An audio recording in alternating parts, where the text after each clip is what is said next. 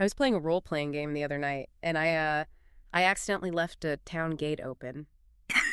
Just a completely clumsy mistake, you know? Right, I mean, we've all been there. Yeah, so I didn't really think much of it, but like hours later, I came back, and a full-blown, logically sound rivalry had erupted between the town guard and the local merchants. Wait, really? Just from leaving the gate open? Exactly, all because some livestock wandered out. The game didn't have a specific pre-written script for that. It just organically cascaded because the system actually understood the town's social rules. Oh, wow, that is the magic of systemic design right there. It really is. So, welcome to Intellectually Curious. Today, we are doing a deep dive into the source material on procedural storytelling and the philosophy of choice in RPG design. Yeah, we're pulling from a stack of developer diaries, AI white papers, and narrative engineering research, right? Right. Our mission is to uncover how designers are abandoning rigid dialogue trees to build dynamic, living ecosystems. But before we get into the mechanics of that, a quick shout out to Ember Silk for sponsoring this deep dive. Absolutely. Whether you need help with AI, training, automation, software development, or uncovering where agents can make the most impact for your business, check out embersilk.com. So, looking at these white papers, it sounds at first glance like game writers are just automating their jobs. I mean, it's easy to assume that, but it's actually a profound shift in what authors create. Instead of pre-writing every single scene from start to finish, designers are doing something called procedural authorship. Procedural authorship. What does that actually look like in practice? Well, they craft the boundaries, the social rules, and the causal constraints that allow dramatic possibilities to unfold. They basically write the laws of the universe, and then those laws generate the plot. Okay, so it's kind of like hosting a dinner party. You don't script the conversations, you just curate the guest list, set the menu, define the vibe, and let the evening organically happen. Exactly. You set the stage, and the systems do the rest. But my question is about the technical feasibility here. I mean, if you're handing the reins over to systemic simulation, especially with modern AI, how do you prevent the system from hallucinating a chaotic mess? Doesn't a living ecosystem just eventually break its own logic? That exact problem is why pure randomness isn't storytelling. To fix that, the research points to a hybrid model, which builds on foundations laid by early interactive dramas, like Facade. Oh, right. I remember Facade. So how do they stop your digital dinner party from turning into a nonsensical food fight? They use a narrative director. This overarching system monitors the pacing and ensures you hit fixed, dramatic landmarks.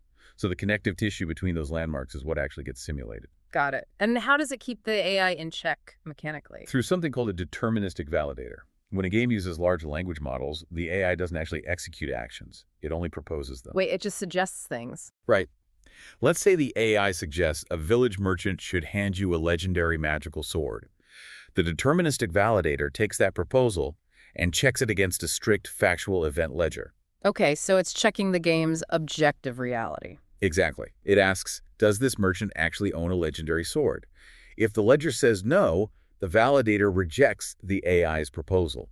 It forces the AI to operate strictly within the hard-coded reality of the game world. That factual event ledger changes everything, because now the game is tracking an objective reality, which leads us to the evolution of morality systems in these sources. We're finally moving past those basic binary good versus evil karma meters. Right, because the system tracks facts instead of just assigning points. A credible moral simulation can separate intent from outcome and separate the world's truth from what a character merely believes is true. Unscripted morality distinguishes the method you used, who witnessed it, and what your underlying goal actually was. Yes, exactly. The example in the design notes illustrates this perfectly. Imagine a healer administering a highly risky treatment to save a sick child. Now imagine a rival administering that exact same risky treatment, but secretly hoping it fails so they can ruin the healer's reputation. Right, mechanically, it is the exact same action. You're applying a potion. Exactly. Yeah. But the system assigns a completely different moral weight to it based on the character's hidden intent and whether anyone else in the room knows about their rivalry. And the reason this matters to you, as a listener, is deeply optimistic. These evolving systems beautifully reflect the nuance of human empathy. They really do. We are engineering digital worlds that can actually understand the complex context of our choices.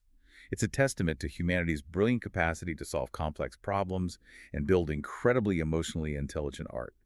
The future of interactive storytelling is remarkably bright. We're moving toward digital spaces that truly see and understand the gray areas of our decisions, which leaves us with a final thought to mull over. I love a good final thought.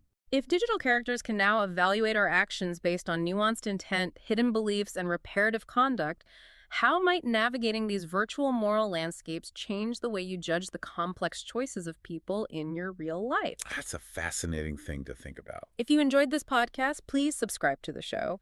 Hey, leave us a 5-star review if you can. It really does help get the word out. Thanks for tuning in.